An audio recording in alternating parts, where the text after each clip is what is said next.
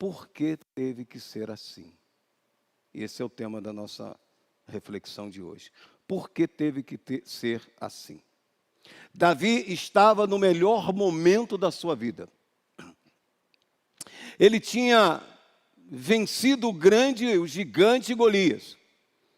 Como prêmio, casou com a filha do rei, passou a frequentar a mesa do rei. O povo tinha por ele uma grande admiração. Ele era amigo íntimo de Jonatas, o filho do rei, que breve seria o rei. Ele estava no melhor momento da sua vida. Mas o rei Saul, pai de Jonatas, começou a ter inveja de Davi e procurou matar Davi. E aí Davi vai se queixar com Jonatas, seu amigo. Ele disse: seu pai está querendo me matar. Seu pai atirou uma lança contra mim e eu não fiz nada. Eu não conspirei contra o reino, muito pelo contrário, sempre apoiei o reino. Seu pai, por inveja, está querendo me matar. E Jonatas disse assim: eu vou apurar isso. Eu vou sondar isso. Não é? E Jonatas volta, isso foi antes desse encontro. Jonatas volta para o palácio, e aí, numa conversa, ele percebe que realmente seu pai queria matar Davi. E ele fica dividido entre o pai e um grande amigo. E Jonatas, depois de ter sondado o seu pai, ele marca com Davi um encontro, e ele diz para Davi fugir, porque realmente seu pai tinha intenção de matá-lo, como tentou por várias vezes. Eles marcam um encontro, faz um código entre eles, e o menino que estava com o Jonatas lá, não entendeu nada, vai embora, e aí eles se encontram, e segundo aquele sinal que Jonatas deu, Davi compreendeu que realmente Saul queria matá-lo.